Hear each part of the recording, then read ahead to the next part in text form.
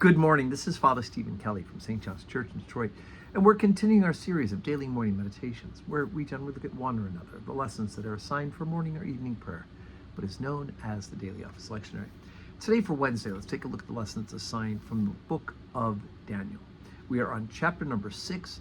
Remember, yesterday Daniel was there was a decree that went out from king that nobody was to worship, invoke anybody but the king's name only in their intercessions. And of course, Daniel, being a good member of the original covenant, can only have those intercessions being to the living God.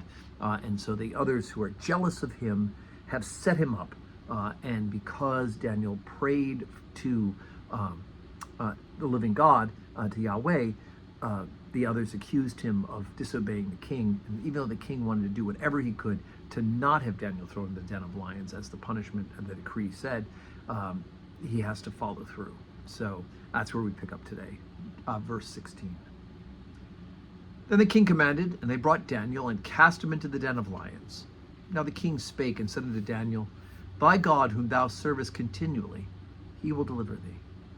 And a stone was brought and laid upon the mouth of the den, and the king sealed it with his own signet, and this with the signet of the Lord's, that the purpose might not be changed concerning Daniel. And the king went to his palace and passed the night fasting. Neither were instruments of music brought before him, and his sleep went from him. Then the king arose very early in the morning and went in haste to the den of lions. And when he came to the den, he cried with a lamentable voice unto Daniel. And the king spake and said unto Daniel, O Daniel, servant of the living God, is thy God, whom thou servest continually, able to deliver thee from the lions? Then said Daniel unto the king, O king, live forever. My God hath sent his angel, and hath shut the lions' mouths, that they have not hurt me. For as much as before him innocency was found in me, and also before thee, O king, have I done no hurt. Then was the king exceeding glad for him, and commanded that they should take Daniel up out of the den.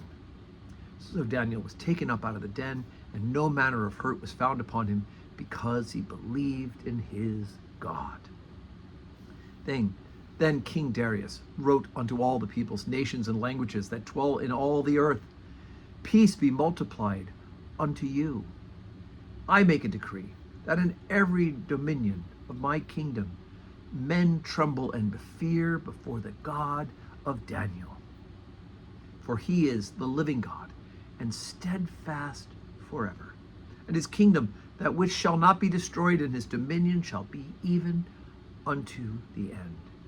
He delivereth and rescueth, and he worketh signs and wonders in heaven and in earth, who hath delivered Daniel from the power of the lions. So here's, Darius, or some people pronounce it Darius. He realizes that the God of Daniel is the living God. Pretty good for the Persians and the Medes, for the king of the Persians and the Medes to do this. Whew. So today is Wednesday, and we will have 12:15 Holy Communion and 4 o'clock evening prayer. And you can join us in person. We'd love to have you here praying with us. If you can't make it, you can pray with us live on the live stream where you're watching this meditation, or you can go back and pray with us on replay. Either way, God was pleased. All prayers are most welcome, and let us pray for each other. May you have a wonderful Wednesday full of blessings.